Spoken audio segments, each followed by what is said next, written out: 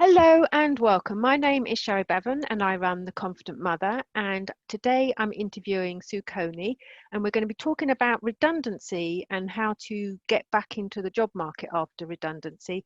This is part of my Career Conversations series. So if you're watching the video, then do make sure you come and check out the Career Conversations group over on Facebook. So Sue, welcome. Thank you so much for joining me today. You're welcome. So to kind of set the scene and put this into a bit of context, could you just tell us a bit more about your career background, like what you do and what sort of industry you work in? Yeah, so I currently work in IT as a project manager. I've been doing that for the last 18 years, and prior to that I was an account manager working for B-Sky, so a large organisation. And that was the first time that I came across people being made redundant. And actually on that occasion I sat in and helped the people that were being made redundant because I wasn't one myself. So we weren't allowed, our role as account manager was deemed too important. But yes, I've been through it a few times, and I think it's it's a really interesting topic given the current economic climate. Yes, and I think a couple of the people I've already spoken to have got made redundant in like that 2008, 2009 time period when there were so many, really talented people getting made redundant. And I think that's also the time when redundancy became less of a dirty word in that I think before that, it was seen as like if you'd been made redundant, you must have done something to deserve it. Whereas I think because so many people got made redundant when the financial markets crashed, that it started to become a normal thing to happen. I think that's fair. And actually, I think possibly the first time I was made redundant, there weren't as many people. But now I would say a good percentage of my colleagues and peers have all gone through that. And so you're right. I don't think you feel so alone.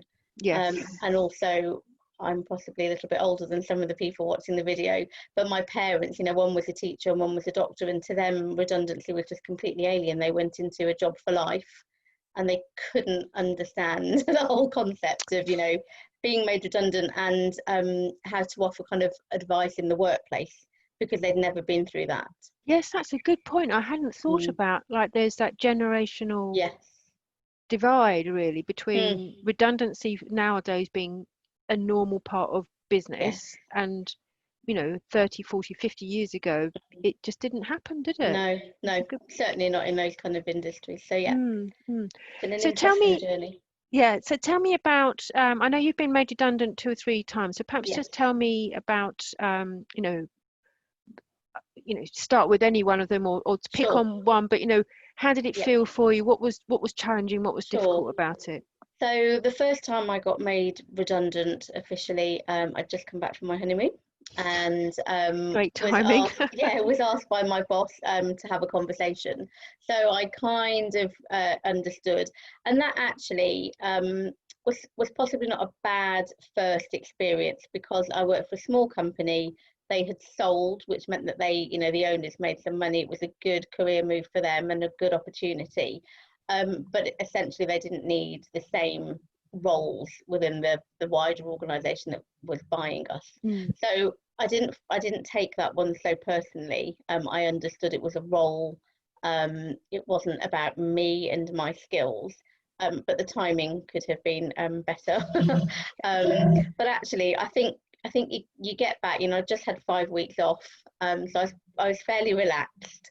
I was a lot younger, so I think I was much more confident and kind of prepared not to let it, concern me.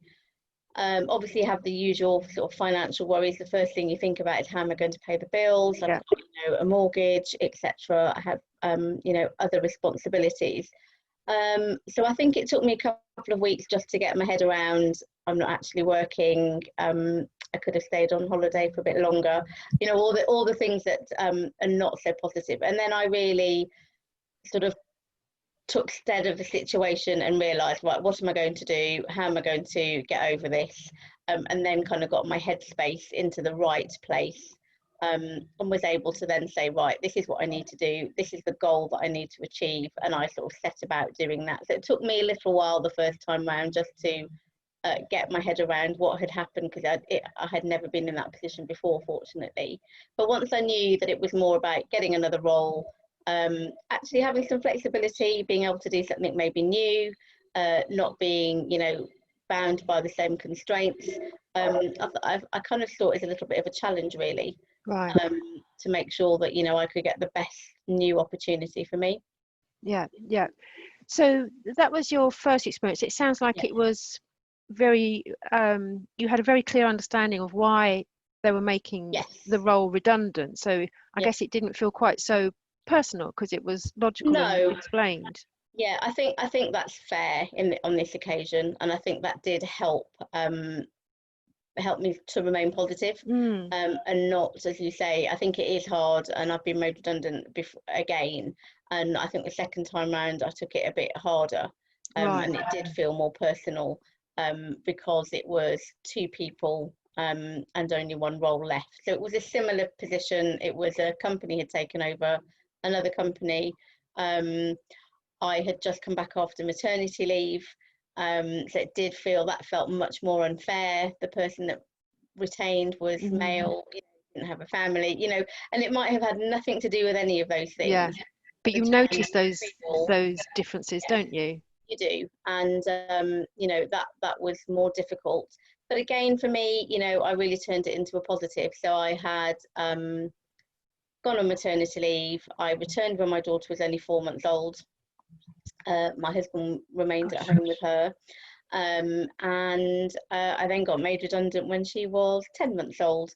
And Oh, actually, goodness. I just thought, you know, and literally I had no money, no savings, because of various situations. So yeah, my daughter was fifth time lucky, so we'd spent all the money we had doing up the house, traveling the world, turning 40, enjoying life, and then to finally we got what we wanted, and then I got made redundant. So it was a real blow. But again, for me, I tried to take it as a positive. I had 6 months off then, and I decided, Deliberately, you chose to have those 6 yeah, I months did off. actually, because I went back to work so very quickly. And you know, babies don't do as much in the first 6, 7, 8 months, but she was walking by the time I was made redundant at 10.5 months. So I saw her cut her first tooth, her first step. So actually, in a way, it was a real luxury to have that time back at home. So I didn't start job searching until Christmas. I just thought, that's it, I'm going to relax, I'm going to be a mum, I'm going to enjoy this time that I would normally not have had. It was winter, you know, nobody wants to really travel, all those kind of things. So I really enjoyed the first 3 months of my redundancy. And then when I had Christmas completed, I just thought, right, kind of back in the headset as the first time round. What's my goal? How long can I, A, afford not to be working for? B, you know, what do I want to do? And I think the second time round, I really challenged myself more. So I worked in betting and gaming for many years, and I didn't really want to go back into that industry. So I did apply for roles in betting and gaming because that was my backup, because I knew I could do it with my eyes closed. But I really wanted to try and find a different industry and see if my skills were transferable, which really in project management they should be. But that was my main kind of goal, really, to try and step outside of my comfort zone and understand where else I could take my skills. So I applied for many more roles in different industries, but within the similar bracket of, you know, project management. Same type of role, but just a different Yes, sector. absolutely. But I did have to take a pay cut in order to get back into the job market. So I think it's one of those things. I think you just have to be clear in your own mind. I didn't want to be waiting and not working for 6 or 9 months for that perfect job that may never not exist. I'd rather be back in the workplace, learning new things, hopefully working in an organisation that can teach me as well as me show my skills. So I was very lucky in the end, I think, in hindsight. I had three very good offers, all on the same day. Wow. Which is unusual, right? And Yeah. I was pressured by the company that I eventually went to, who said, you've got until tonight to choose us, or, you know, kind of forever hold your peace, which is really harsh. and I was still waiting for things like the money, the package from other people. But in the end, you know, I think your gut instinct, it kicks in. As a project manager, you're always making decisions not based on all the information. Yes, that's true. And I think that helped me. I just thought, you know what, it's a new industry. So I went to work for Ticketmaster. They were only based in Leicester Square, perfect commute for me. I could walk from Charing Cross. Yes, the money was a bit lower, but it was a different industry, and I wanted to make sure that I could overcome, you know, and I could prove to myself that I could still do a good job in something that I didn't know, and I didn't know all the people. So looking back, it was a really good career move, and I think it was, I just learned so much there. It was great, and it's probably one of the best jobs that I went to, and the interview process was grueling. But again, I learned a lot. So after my first interview, when I spoke to the recruiter, I remember saying, I'm actually going to go and have a beer. It was so tough. And I told my then director when I got the job that it was the toughest interview I'd ever had. But again, I think it's all good learning. It was all about my level of confidence to say, hold on, you can challenge me, but I'm telling you that I'm good enough. Yeah. And, you know, usual in our scenario, it's, you know, showing presentations. You have to put in a lot of work, I think. And I think if you're not willing to do that, you're not going to be able to, you don't give yourself the best opportunity to shine. So, you know, because I wasn't working, I had the ability to really put in some good effort to make sure the presentations were very good. Yeah. And I had all three last interviews on the same day. It was crazy. And then made a decision. So yeah, it's mind over matter for me. So you obviously kind of were able to maintain that positive attitude after you've been made redundant. What helped, do you think? How did you, how did you do that? I think I've worked in a lot of different roles in a lot of different companies. I've always moved every 2 or 3, possibly 4 is the most I've stayed somewhere. So for me, it just felt like the next stepping stone. I tried to find the positives of looking for a new company that would suit me as well as me suiting them.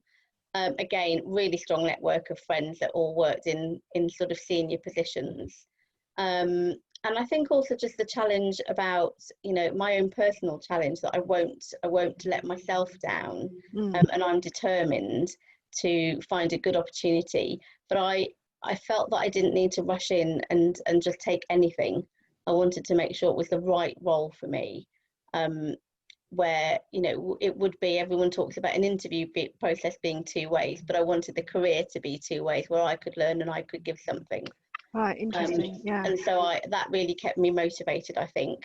And also, you know, I spoke about my parents earlier. They came from industries where they just didn't understand. So to tell them a second time, they were fairly distraught. And so they were just like, well, you can come home if you need to. And I think I was, 41 or 42 by that time, married with a child and, you know, dogs and all the rest. There's no way I was going to go home. But I think the comfort of knowing that there's somebody to support you, regardless. And that makes a big difference, I think, because in the back of your mind, you know that if you need financial or emotional or just somebody to read through your CV, you know, I have both my parents, and a really good network of people that I could say, can you read this? I'm not quite sure the answer to that. Here's my presentation. Could you take a look? So I used the network of people that I had. And it was the first time that I had used a recruitment agent, and actually they proved to be good and useful and supportive. So I didn't feel that I was doing that journey alone. Yeah, I think that's so important, isn't it, to not feel like you're doing it alone. And it sounds like you, I think very often women struggle with asking for help and feel like they've, you know, if you're smart and intelligent, you've got to do it all on your own. But why wouldn't you ask for help from somebody?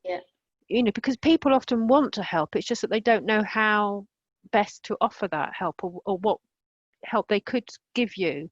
So I think, you know, asking for help, I think, is such a key thing. Yeah, and I think you're right. I mean, I'm not normally one to talk about how I feel or my emotions. I've never been like that. But I think other things that had happened in my life made me realise that actually by being more open, you suddenly realise that you're definitely not the only person in that position. Yeah. And to your point, you feel it's a bit taboo. But as I think I mentioned, my daughter was fifth time lucky. I was very open about that. There was nothing that I could have done to control those things. I just had to keep going forward, and a little bit like job hunting. I just felt that if it was meant to be, it was meant to be, and one day it would happen. And I think I kind of took the same approach. I don't like to have the what if element. So if I go for it and I fail, but I can't say, well, I never tried, I didn't give it my best shot. Yeah. And so that's quite motivating as well, I think. Yeah. What did you learn about yourself when you got made redundant? I think I just realised that I was stronger than I thought that I was. So yeah, there was no tears, no hysteria. I think everybody has a moment of panic. Like I say, it's more, Yeah. I think the first thing to your mind is the financial overhead. But actually, once you get over it and you just think, I'm going to take this as an opportunity to learn and to see what I can do and move forward. Yeah, for me, and I guess because I always found work within sort of 8 to 12 weeks, I didn't have a too desperate a time where I then fell into any other kind of pressures. But I think that's a reasonable window. I think if you expect to find a perfect job within a week or 2 weeks, unless you're contracting, because I was permanent, it's very difficult. And so for me, again, finding the right role, by the time you send your CV, you have a conversation, someone's on holiday, before you know it, 4 or 5 weeks have gone. And I think the first time you start to slightly panic and think, gosh, that's nearly 6 weeks gone, what am I going to do? And then very quickly, everything like the buses, they all come at once. And as I say, you sort of have a couple of opportunities, and it's nicer to be able to have a bit of a choice, to be able to speak to somebody. So the second time, I was made redundant, I was able to say to the company, I've got an offer fairly, I think you have to, flag it is maybe not the right word, but kind of show a level of confidence that says, I'm not desperate for your job. I've got a couple of things on the table. Yeah. Tell me why it's more attractive to come to you. And actually, for the next round, where I went and joined Pearson, that was that really helped, because they were like, we don't want to lose you. And I got a call, I think at 7 o'clock in the evening, saying, well, can you start? And I was like, hold on a minute, I've only just had the interview. So I think it's for me, I think it's just about maintaining that level of confidence, and kind of showing them that they're going to lose out, as well as the other way around. And I think if you can do that, then it's great. You're not going to get everything you go for. You're not going to like every job you go for. But I think if you can come across as not being desperate, and you're grounded, you've done your research, you've got 2 or 3 other things, other irons in the pan, then they realise that it's a little bit more competitive. And so I think it makes them think a little bit more clearly. And so I've been fortunate that I've been in that position, I think, more confident as well. You mentioned that you'd used a recruitment agency. Did you find, how were the recruitment agencies about knowing that you'd been made redundant? Did they see that as a black mark against your name? No, not at all, actually. And I think that probably really helped. As you say, I think it's become more common for redundancies in the workplace. There's always a reason behind why. And I think as long as you can give real clarity as to why that was, and you yourself don't take it personally, you don't come across sort of as a bit of a victim, and you say, this was a reason, this was a role, I understand why it's happened, but it's all about moving forward. I have to say, no, I didn't have any issues. And they were actually very good. I'd never really used a recruitment agency before. I'd always been, I knew in the first 2 or 3 jobs that I had somebody, or I'd been recommended. And so it was quite a new experience with having to use an agency, because you're never quite sure if they're working for you or they're working for the company you're recruiting for. But no, I had to say I had a positive experience, and I'm still in touch with the recruitment agencies that I've used. Oh wow, that's great.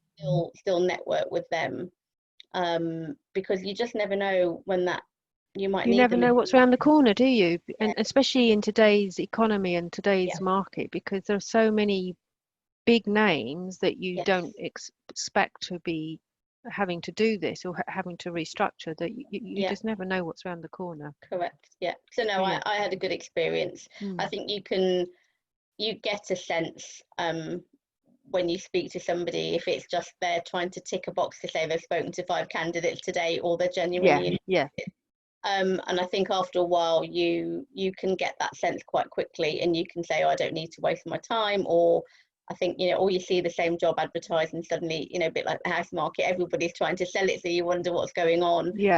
And I think, project manager, I always had the spreadsheet. I was very meticulous about whom I spoke to, their email address, the phone number, how often, were they giving me dates for interviews coming up, or was it just more talk? And so that was sort of my Bible, and I still got them actually, which is quite amusing. So I look back at them now and then and go, oh my gosh, I really went sort of hell for leather once I was determined that now was the right time to look for a job. I had that goal in my mind. I was very determined.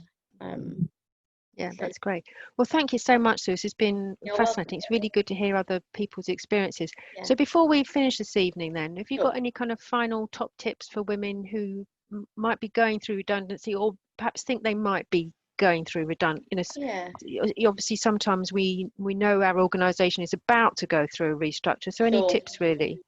I think the main tip, which we've already touched on, is to try and not take it personally, is to try and understand it's a role, not the name attached to the role, and you happen to be performing a role that they feel is no longer required by the business. I think there's still a good opportunity about, is there another role you can do within the organisation? So I know people that have been made redundant but have then taken on a different role within the organisation. So it's not always doom and gloom. From that perspective, and I think hopefully organisations are willing to try and help. And I was always offered support with, if you need time off for an interview, all the things that you hear about, but you wonder if people will really do. So I have to say I was supported in those things. So I think it's about trying to find the positive in the situation, and not to dwell on the negative, because I think otherwise very quickly you can if you start to lose that faith in yourself and the process, it will become negative for you. Whereas if you can remain positive, and if that means that you take a day off or you take a week off, then that's also fine. But it's about maintaining and understanding what your end goal is. So for me, that's what worked. Yeah, that sounds great. Well, thank you so much, Sue. It's been fascinating to talk to you this evening. And for everybody listening, I'm organising more of these interviews in the Career Conversations group throughout July. So please do come and join the group and listen to the other conversations. So thank you very much, Sue. Thank you.